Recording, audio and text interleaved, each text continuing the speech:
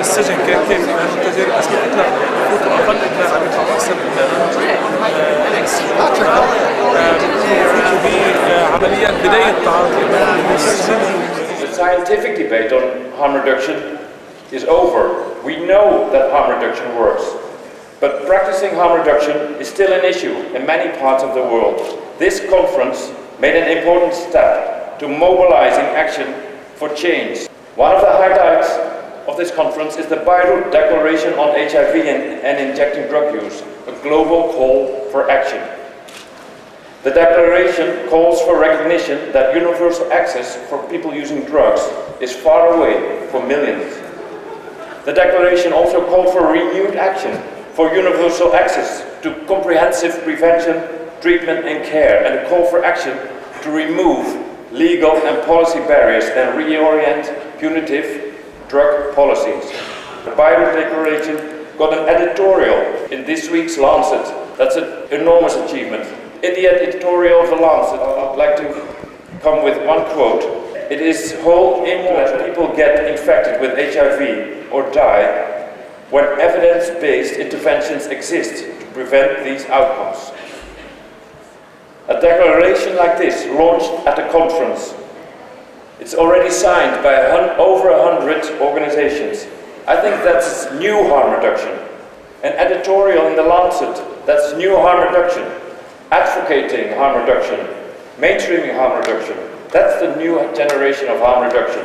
I try to never ever forget why I became an activist, and it was always about working for the rights of the more marginalized people, and this is really what we've been doing here this week. And yesterday one guy said, oh, it's been so nice with all the sex worker stuff, and actually I don't think it's about being nice. I'm sort of done with being nice.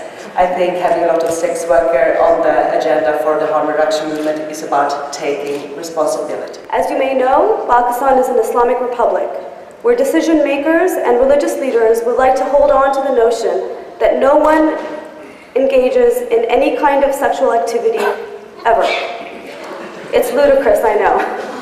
We wouldn't have a population 180 million people strong if we were a nation of asexual beings. Parliamentarians, how do you speak to parliamentarians? How do you present information to them? Sending a flyer in the mail or a report in the mail or a link to a website isn't going to catch their attention. Parliamentarians on a daily basis are bombarded with hundreds of emails, and you have to make your issue stand out. The way to make it stand out is first to stop using so many acronyms. I'm a doctor, and I quickly figured out what an MSM or FSW or MSW was. But I'm pretty sure that 99% of my colleagues who are not doctors or active in the HIV and AIDS field would not know what this material was if you gave it to them. Coming from Scotland, Edinburgh, and I would like to ask Tam Miller on stage.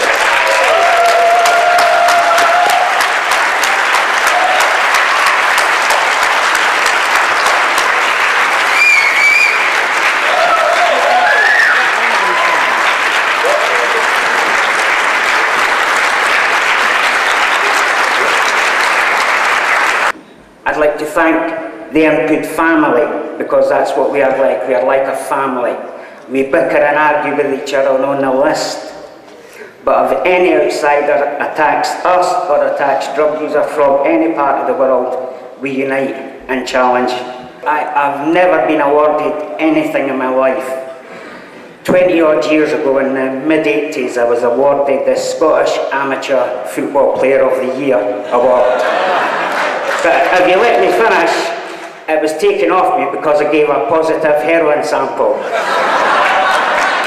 And then I said to them, heroin doesn't enhance my performance, but they still took it off me. So I hope you don't take the Travis and Carol Jenkins if I give a negative sample today. Thank you. Shukran. The media coverage, as people may be aware, has been extremely extensive and has helped to highlight the important role that film can play as a tool of harm reduction. So, this year we had over 80 films, 35 of them were shown. but there can only be one winner, and with the support of MTV Beirut, I would like to announce that I'm Dangerous in Love by Michelle Negroponte is the winner. It's chaos. It involves crime, it involves elements of death, you know, physical danger. I fucking love it. And I will continue, so it's this element of chaos that's always been in my life. Things are going good, I want to mix it up.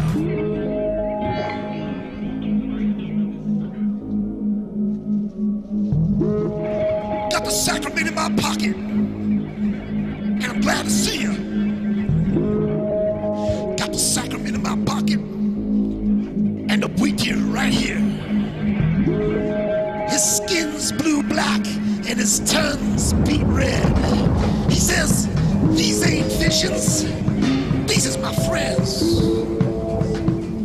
I'm here picking up this year's Film Festival Award on Dimitri Mabengo-Marganis and Michelle Negroponte, because Mabengo was prevented from being with us by the short-sighted and oppressive actions of the US Drug Enforcement Agency, who seized Dimitri's passport after he was arrested while running a healing ceremony to support people who detoxing using iboga.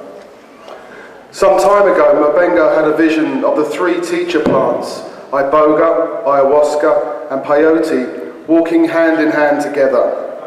As such, Dimitri felt it was appropriate for a student of the Latin American traditions of ayahuasca and peyote to stand in for him on this prestigious occasion. These traditions date back to the prehistory, with learning being held and passed on from generation to generation.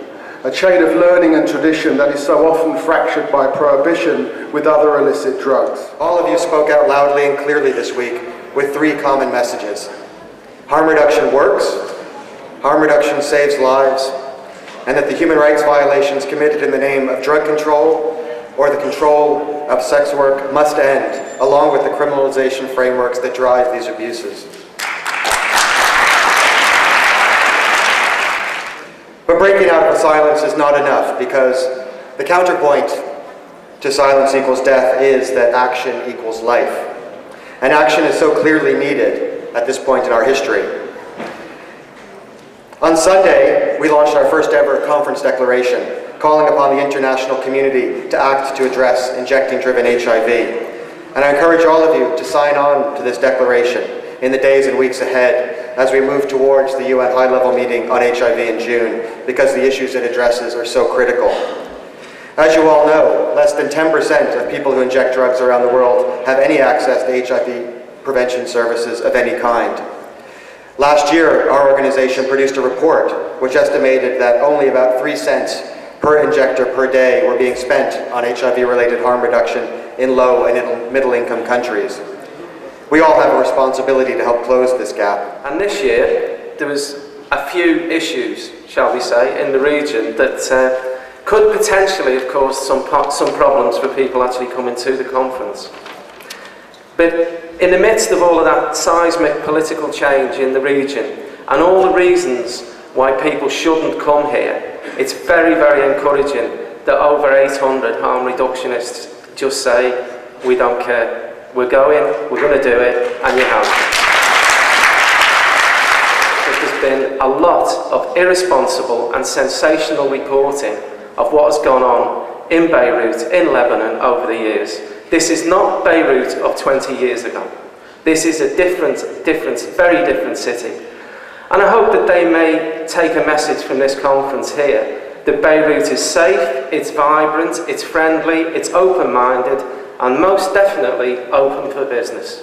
Safe journey, and let's see you all next year in Adelaide.